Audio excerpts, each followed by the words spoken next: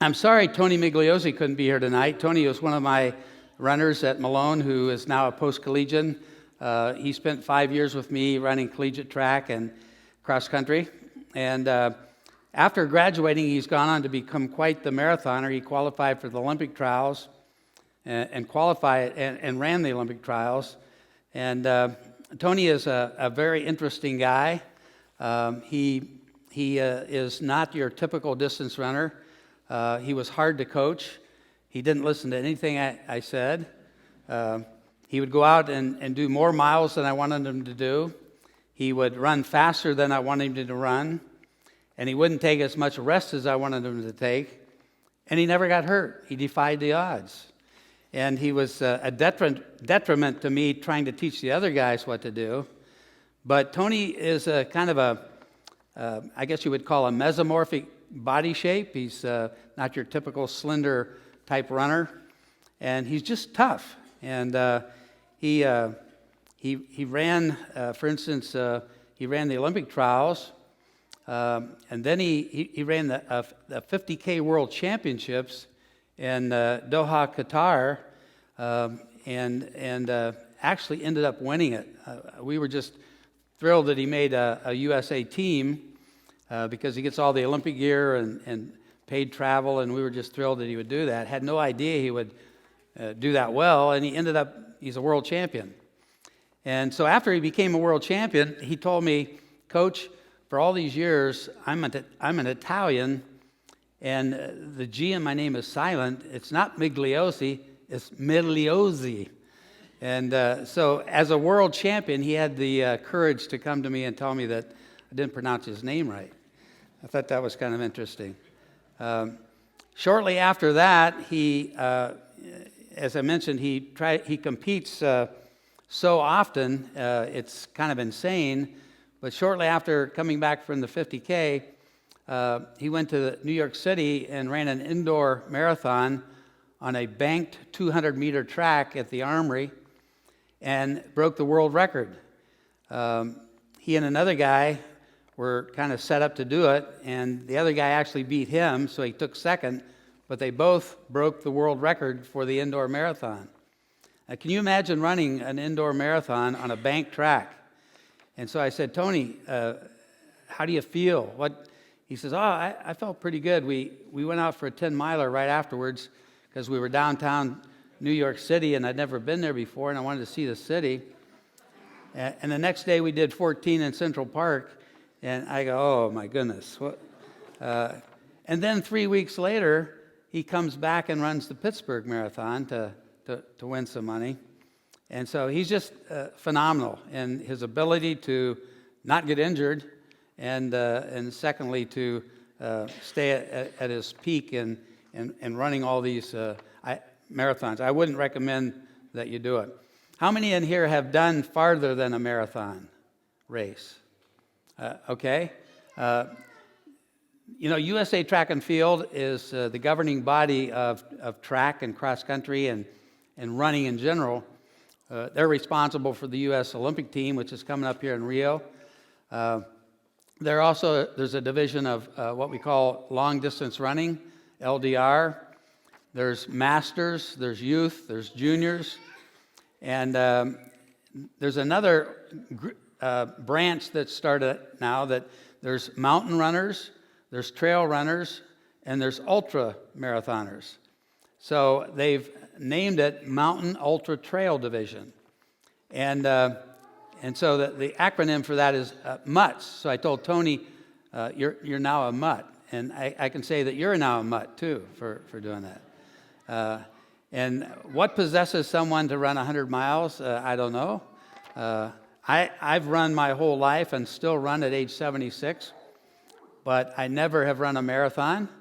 And those of you in here who have run a marathon, you're in the 99th percentile of the human race.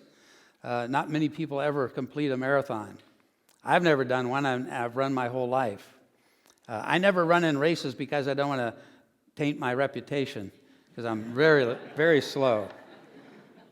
I've had the great privilege of knowing some fantastic runners and fantastic coaches, and I'll mention a couple of them, because the first one has kind of shaped my whole philosophy and my whole way of going about coaching, and that's Dr. Joe Vigil.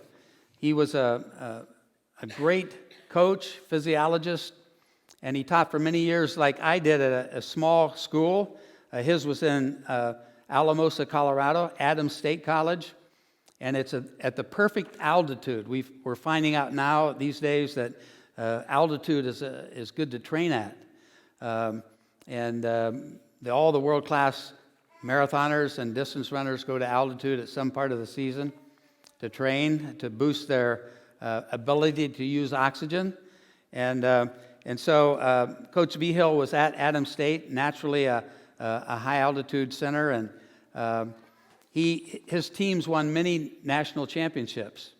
And he was the originator of, for USA Track and Field, the coaching education program that has now grown into 3 levels, and any coach that gets to coach at an international level has to go through that school, and he's the one that started it. But he was gracious. He was a teacher, and he would take, even though I was a rival and a competitor, he took me in and taught me things about coaching that really helped my program. I remember when the Adams State College decided to change divisions. We were in a small college division called the NAIA, and Adams State decided before we did to join the NCAA at Division II. And so the NCAA coaches were all saying, okay, this little school from the NAIA who has been national champions are coming to the NCAA. We'll see how good they really are. And so I have a friend, the meet that the national championships in cross country was in Slippery Rock, Pennsylvania. And it was the first time they were competing in the NCAA. And they got a perfect score. And cross country, your 5 top runners score for you. And so if one of them places third, that's 3 points.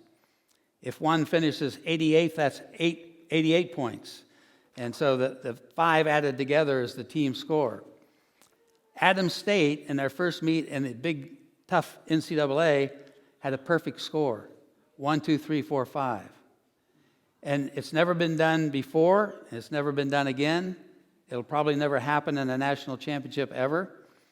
But in a 10,000-meter race, their top 5 runners finished together with a 2-second split or 2-second difference in their times. I have a friend at Ashland. That year we had a really good team, and or the year before, I should say, we won the All-Ohio Championships, which all the schools in Ohio compete in cross country in one event. It doesn't happen in any other sports. It's unique to running in cross country. But every school in Ohio runs together in this one meet, all at one time. Ohio State, Kent State, Mount Union, Otterbein, all 50 schools, or close to 50 schools, running together. And we're the only non-big school or non-Division I school that has ever won the All-Ohio, and we've done it 9 times. And that particular year, we won. And the coach from Ashland, who was in the NCAA, came to me and said, Coach, graciously, he said, congratulations. I wish you the best. You should have no trouble with your national championships. I said, oh, no, Adams State is in our division. And he says, how good could they possibly be? I said, well, they're pretty good.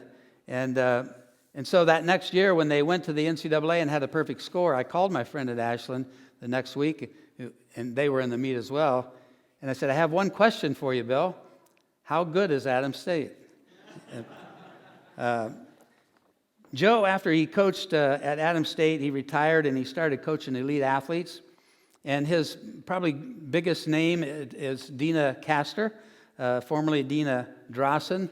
And he took Dina as a young collegiate athlete and brought her out to Alamosa at altitude, and they trained for a while. And Dina developed into one of the top female distance runner in America. About the same time, another guy, Bob Larson, who was a UCLA coach, who had recruited Meb Keflevsky, a male marathoner, to UCLA and coached him for 4 years. after retirement, Bob kept coaching Meb. And if you know your marathoners, Meb and Dina became the greatest American marathoners of all time. They medaled in the Athens Olympics in 2004, something that is rarely done by American marathoners to get a medal in the Olympics. It's usually, at least recently, dominated by Ethiopians or Kenyans. But they they started an elite training club in Mammoth Lakes, California. And I was able to take my teams there before our cross-country season and train with them because I knew Bob and I knew Joe, and they graciously invited us out. So we got to run with Meb and Dina and Ryan Hall and about 12 or 15 elite runners. And it was just a wonderful experience. And it's interesting in knowing how they've developed that Meb and Dina, both the top of their game in American marathoning, one male, one female, that Meb could only go about 90 miles a week before he would start getting injured and breaking down. Dina, on the other hand, a 103-pound female, could run 140 miles a week with no problem. Before she won the London Marathon and won about $750,000 in one race, she was running 6 weeks of 140 miles a week. And so the differences in bodies, the differences in your ability to recover and handle stress is different. And it's unique that a male cannot even come close to what the female can do in terms of training in these two specific cases. I'll never forget, in 2012, I had the privilege of coaching the Olympics. I was the men's distance coach. And having known these other two guys is the reason I was named that coach, I'm sure, my affiliation with them, because Joe was the previous men's distance coach in 2008, and Bob was that in Athens in 2004. And so we were at I had a pass to get to the marathon Olympic trials in Houston, downtown Houston. I had a finish line pass. So I was standing there with Bob, who was coaching Meb, and he had a pass. And we were waiting for the finish. It was a criterium course. They ran a loop about 5 times. And so the announcer in front of thousands of people in downtown Houston was on a big loudspeaker, was announcing the progress. And Meb was 36 years old. And he was considered to be pretty old for a distance runner. And Nike, who had sponsored Meb since he left UCLA, had dropped him from sponsorship. And he was devastated. Meb was very disappointed. And but right away he got picked up by another shoe company, Skechers. Well, who ever heard of Skechers? They make bedroom slippers and sandals. But they got into the market of making running shoes for athletes, and they got Meb. They signed on Meb and as their rep, and they paid him for it. Well, anyway, they were announcing the final part of the marathon, and if you remember, Meb made the team, and Ryan Hall made the team, and Abdi Abdurrahman made the team. 3 great athletes. Abdi, that was his 4th Olympic Games, and Ryan was the American record holder. But we were standing there, and the Nike rep, John Capriata, who manages elite athletes and who had dropped Meb from the team or from the sponsorship, was standing about 6 feet from Bob and myself as the announcer said, a group of runners are getting close to coming to the bend, and about 600 meters down from the finish line, you could see the marathoners were coming around, and there was one guy leading, and it was Meb. And the announcer announced, "Here comes Meb and his new Skechers." And Bob punched me, and we looked over at Capriata, and his head was down. But this should be encouraging to all of you, because Meb at 36 went to London, and wouldn't you know it, the women's marathon's the first day, and the men's marathon's the last day. For the whole Olympics, it was cool and rainy until the last day, and it was hot. And we had Meb in an ice vest and the other guys as well. But Meb handled it well and ended up coming in fourth. If there was another half mile, he would have been another medalist. But as it turned out, Abdi and Ryan both dropped out with minor injuries and couldn't finish it. But Meb was fourth at age 36. And so lo and behold, what would happen? And 4 years later, Meb said, I'm going to try it again. And you know what? He made the team again.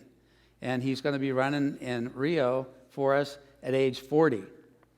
And Dina, who just turned 41, was going to run the trials and had a good chance of making the team, but she came down with an injury and had to withdraw from the Olympic trials. So that should be encouraging to some of you who are not quite 40, some of you that are over 40. For these guys, it's their prime. They're running the best that they've ever run in their life at age 35, 36, 37, and even into their 40s. So be encouraged by our elite athletes that you can keep on going and perform at a high level at an older age. I also had, in working up to being the Olympic coach, I guess I had to do other things, and I had the privilege of coaching the world champion track team in Helsinki, Finland in 2006. And a part of that was that the marathon is not a part of the track meet. You know, in the Olympic Games there is an Olympic marathon, but in the World Championships they had a team championship as part of it. And so we had a marathon summit. And the marathon summit was held by the Hazen running group up in Detroit. And we brought the whole team in, both men's and women's, and all the coaches and all the athletes and their support team. And by the way, when I say I was the Olympic coach, I need to clarify what that means. It means that I get them what they need and try to take care of them, but I don't really coach them. All of the people at that level all have their own private coach. They have their agents. And so I'm more, it sounds nice to say coach, but I'm really their facilitator for that event. And so that was the same in Helsinki. But we had a marathon summit for the team, and we had a guy by the name of Dr. David Martin. He was kind of the American marathon guru. He was a professor at Georgia State University, but he specialized in pulmonary fitness, and he advised and actually did coach some Olympians. And he's probably wrote with Seb Coe's dad, Sebastian Coe, one of the best books on distance running ever. And Dr. Martin came and gave this seminar, and I'm going to share a couple of things that he gave us that I think might help you as you prepare for running a marathon or a half marathon and actually competing in it. Unfortunately, Dr. Martin is in bad health right now, and he's not doing that anymore. But he was a very, very intellectual guy and really gave us some good stuff. One of the things that he had advised us to do is to approach the marathon with the critical zone approach. And what he meant by that was that the critical zone is the last part of the race. And I've applied this to my own coaching in marathons and also to even the 10,000 and the 5,000. But for in the marathon, the critical zone, he said, was the last 6 miles. And so think about it this way, that the marathon is a 20-mile warm-up and a 6-mile race. And if you apply that and really play it out, that's what it is. And he even said that when you get to the 21-mile marker, block out the 2 and look at the 1. That's the 1-mile mark. And when you get to the 22-mile mark, block out one of the 2s. That's the 2-mile mark. And you have 4 miles to go in the race. And I think that's been really helpful to some of the athletes that I've coached. And I know it was helpful to our marathon team then. He also made some statements about, and you may already know this, but as you get into a marathon pace, you kind of sometimes get locked into a pace, and your shoulders drop, and you slug along at that pace and say, "Oh, poor me."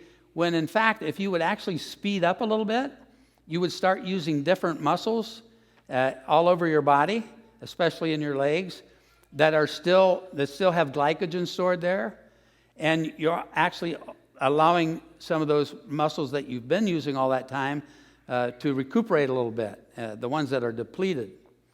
And so I thought that was interesting, and we've applied that even in shorter races. Don't get in pace lock and start feeling sorry for yourself. Speed up a little bit and start using different muscles, and you'll be amazed at how it can revive you.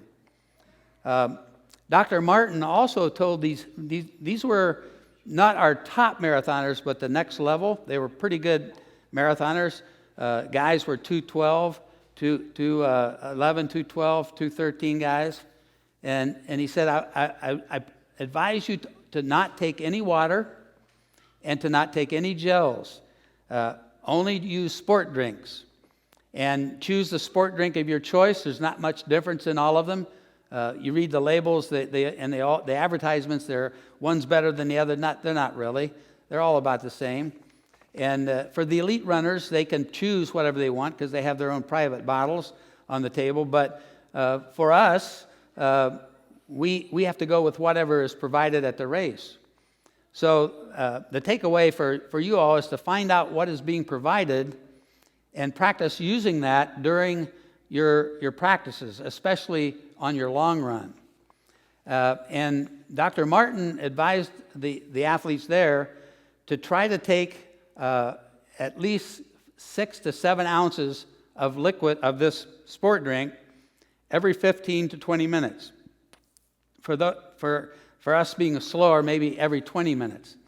But he really emphasized that don't just take the cup and take a sip and throw it away, which a lot of people do. He kept going over and over and trying to embed into the process or the idea of sip and run until you drink the entire amount of whatever it is, 6 ounces, 7 ounces, 8 ounces. If you're a bigger guy, maybe 10 ounces of liquid and of sport drink. And the carbohydrates in it, the electrolytes, are going to help you later on. And guess what sport drinks are mainly made up of? Water. And so you don't need to drink just plain water if you do the sport drink and take the right amount. You know, when our muscles become fatigued and we tend to hit the wall and our muscles lock up and we just have to start walking and can hardly make it even walk, it's really not your muscles that's given out, it's your brain that's given out. Your brain does not have enough blood sugar. It senses fatigue and it controls everything. And so it's really brain fatigue that's shutting you down when your muscles are starting not to react. So by taking this sport drink and keep using it periodically and getting it into you, that's what it's all about. He also, because it was also supposed to be very hot in Helsinki, he advised us to make sure that we wore white uniforms. We had a choice of white or blue uniforms to wear light so the light would reflect and it would be cooler. And also that we used ice vests before and that we watered ourselves down before we ran. Cooling is all about evaporation. And the body is kind of in a conflict with blood. You need the blood to circulate oxygen to the muscles so you can get energy going. But also in a hot, humid weather, the skin needs the blood at the surface to help cool through evaporation. So there's a double demand for the blood when you're running in hot weather. And Dr. Martin suggested, he did a lot of studies in the Atlanta Olympics because it was really hot there, and he's a scientist, and he came up with the theory and the tables that about 58 degrees is the optimum temperature to run a fast marathon. Maybe a couple of degrees either way, but around 58 degrees. And he says for every 7 to 8 degrees higher than that, you probably lose a minute off your marathon time, just because the blood needs to get to the surface to cool you. And so I thought that was very interesting. And so hopefully that will be of some value to you. I mentioned to you that I never race. I should mention that I did do a race once. I worked the Atlanta Olympics. I wasn't a coach. I was just serving on with the Atlanta Olympic Committee as part of meet management and organization. And as a part of that, in July, there's the Peachtree 10K. Has anybody ever heard of that? Downtown Atlanta. It's about 50,000 people run it. And one of the people that I worked with in the Olympic office was in charge of bringing the elite athletes in. And that was mainly the Kenyans. And so he asked myself and another guy if we would be willing to go out and pick the Kenyans up at the airport and bring them to the Hyatt and give them a hospitality and give them their checks that they were receiving, and to also give them their numbers and their everything that we give them complimentary. And at the end of the night, there were 2 numbers left over, number 3 and number 5. And so one of the directors said, "Why don't you 2 guys take those numbers and run?" And my friend said, "Let's do it. There's 50,000 people. Nobody will ever see you." So I put on 5, he put on 3, and we stayed at the Hyatt. And the next morning we came out, and there's the starting line, 50,000 people. And so we started heading that way. And an official grabbed us and said, "Oh no, right here." And there's a red carpet that goes right up to the front, in front of all the people. And I looked at Manny and I said, "Manny, what are we gonna do?" He said, "Just get over as far as you can to the side and just run as fast as you can that first mile." And as we walked down the red carpet, people would go, "Wow, there's the 3rd best runner in the race right there." So after the race was over, they said there's a VIP tent for the elite athletes meet there, and they have special massages and everything for you. So I finished the race, the 10K, and I finally found the VIP tent and saw Manny, and Manny said, "Coach, how'd you do?" I said, "I actually think I did pretty good." I said, "In the first mile, I only counted 40,000 people that passed me." Well, it's great to be here and share with you, and I'll be here afterwards if you have questions for me. I also have Kurt's going to hand out, and some of the guys will hand out a little handout that I made up. Actually, I didn't make it up. One of my assistant coaches did several years ago, and it breaks down how to prepare for a marathon or a half marathon. It's an 18-week program, so you can fit it into your calendar however you wanted. But there's 4 categories. There's 4 levels. The first category is for someone that's never run one before. The second category is for people that haven't run a marathon but have run other things, and so they're kind of experienced. And the third category is for those that are experienced. And then the fourth category is for people that want to really go for a pretty good time. Now, it doesn't get you up to 140 miles a week, but I realize you're not training for the Olympics, and I think it might be helpful. You can adjust it. There's nothing magic about it, but it might give you somewhat of a guide to follow and get some idea about training.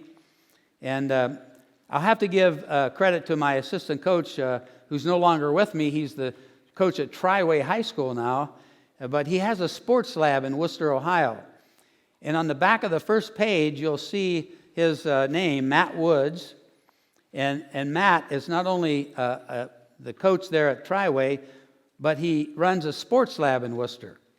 And he has the ability to test your max oxygen uptake, your lactate threshold, and all the parameters that go into making, helping you run faster, finding out what your what we call tempo pace is, or your anaerobic threshold pace is, the point at where your lactate starts being detrimental because you're running too fast.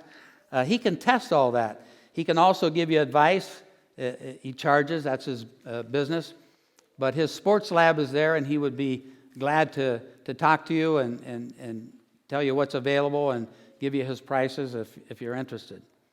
I do know, though, that after the state meet yesterday, he told me he was going to go on about a 2-week vacation up in Michigan. So, but that's, I think, his cell phone, so you could still talk to him about it. So I appreciate your attention. I applaud you again for what you're doing and supporting this ministry.